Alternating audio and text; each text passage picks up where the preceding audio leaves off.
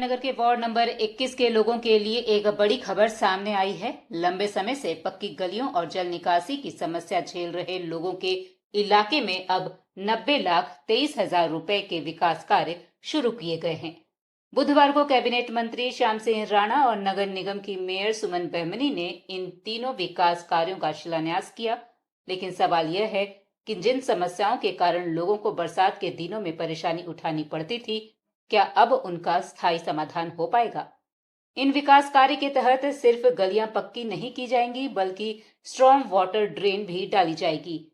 यानी बारिश का पानी गलियों में जमा होने के बजाय उसे निकालने के लिए व्यवस्थित जल निकासी की व्यवस्था तैयार की जाएगी।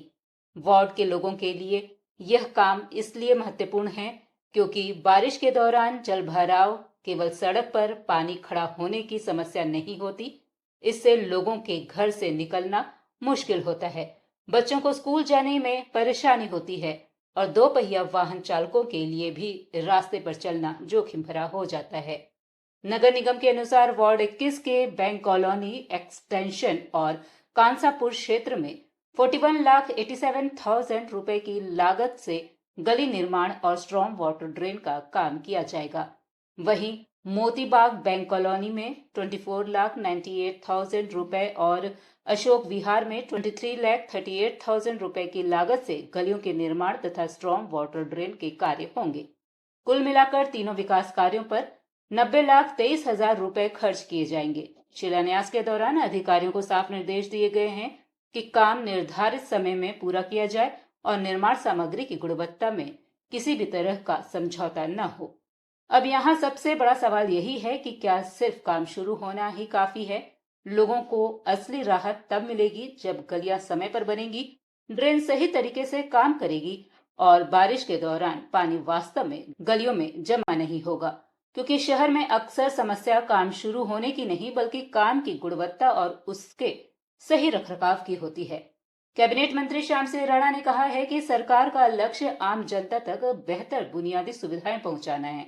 उनका कहना है कि विकास कार्यों के लिए बजट की कमी नहीं है और क्षेत्र की जरूरत के अनुसार कामों को प्राथमिकता दी जा रही है। उन्होंने सड़क, जल निकासी और दूसरी बुनियादी सुविधाओं को बेहतर बनाने की बात कही है। वहीं मेयर सुमन बेहमनी ने कहा है कि नगर निगम शहर के सभी वार्डों में समान रूप से विकास कार्य करवाया जा रहा है। उनके अनुसार वार्ड 21 के लोगों की पक्की गलियों और जल निकासी की मांग लंबे समय से थी और अब इन कामों के शुरू होने से क्षेत्र की स्थिति में सुधार आएगा। लेकिन अब गेंद नगर निगम और ठेकेदार के पाले में है।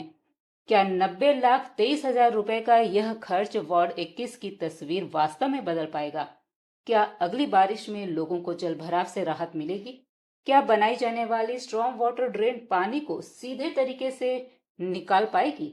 और सबसे महत्वपूर्ण सवाल, क्या यह काम तय समय सीमा के भीतर और अच्छी गुणवत्ता के साथ पूरा होगा?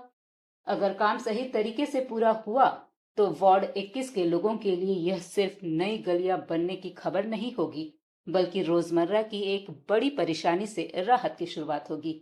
लेकिन अगर निर्माण में लापरवाही हुई तो करोड़ों रुपए खर्च करने के बाद भी समस्या जस की तस रह सकती है।